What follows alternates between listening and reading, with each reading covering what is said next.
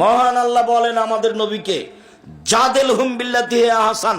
মুহাম্মদ সাল্লাল্লাহু আলাইহি সাল্লাম, আপনি যখন মানুষের সাথে তর্কে বিতর্কে লিপ্ত হবেন, তখন আপনার কথা যেন ওর চেয়ে উত্তম হয়, সুন্দর হয়। জাদেলহুম বিল্লাতি হিয়া আহসান, আপনি মানুষের সাথে মুখামুখি কথা বলুন, কিন্তু আপনার কথা হবে তাদের চেয়ে অতীব উত্তম, সদাচরণ। আল্লাহ তাআলা বলেন, ফাবিমা রাহমাতিন মিনাল্লাহ লিনতা লাহুম।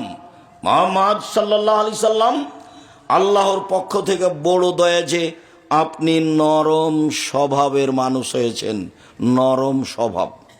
ওয়ালাউ কুনতা ফাদ্দান গালিদাল কালব, যদি আপনি কঠোর স্বভাবের মানুষ হতেন, কর্কশ স্বভাবের মানুষ হতেন, লানফাযযু মিন হাওলিক, তাহলে মানুষ আপনার পাশ থেকে সরে যেত। পিটিয়ে সেবা নেওয়া যায় অল্প কয়েকদিন, আদর দিয়ে ভালোবাসা দিয়ে সেবা নেওয়া যায় স্থায়ী। যদি আপনার ভাষা কর্কশ কঠোর হতো, আচরণ ভালো না হতো, মানুষ আপনার পাশ থেকে সরে যেত। শুনুন, জরুরি কয়েকটা কথা আপনাকে বলি।